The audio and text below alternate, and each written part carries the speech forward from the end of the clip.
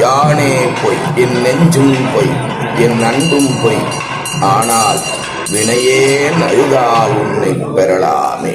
தேனே அமுதே கரும்பின் தெளிவே தித்திக்கும் எம்மானே அருளாய் அடியேன் உனை வந்து உருமாறே. திருவாசகம் ஓதி விண்ணப்பம் வைத்ததின் பயனாக தீபமங்கலம் திருக்காட்சி பெற்றோர் யாம் பெற்ற இன்பம் பெருக வையகம்.